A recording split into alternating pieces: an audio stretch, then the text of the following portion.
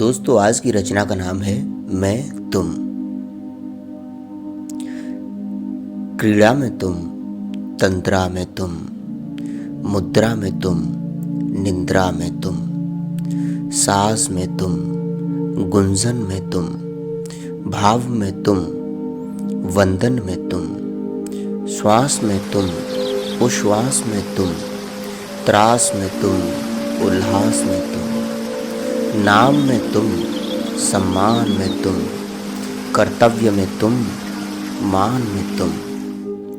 वास में तुम, आभास में तुम, राश में तुम, आह्लाद में तुम, इच्छा में तुम, वेदना में तुम, मूर्छा में तुम, करुणा में तुम, नभ में तुम, सौरभ में तुम, रज में तुम, गौरव में तुम,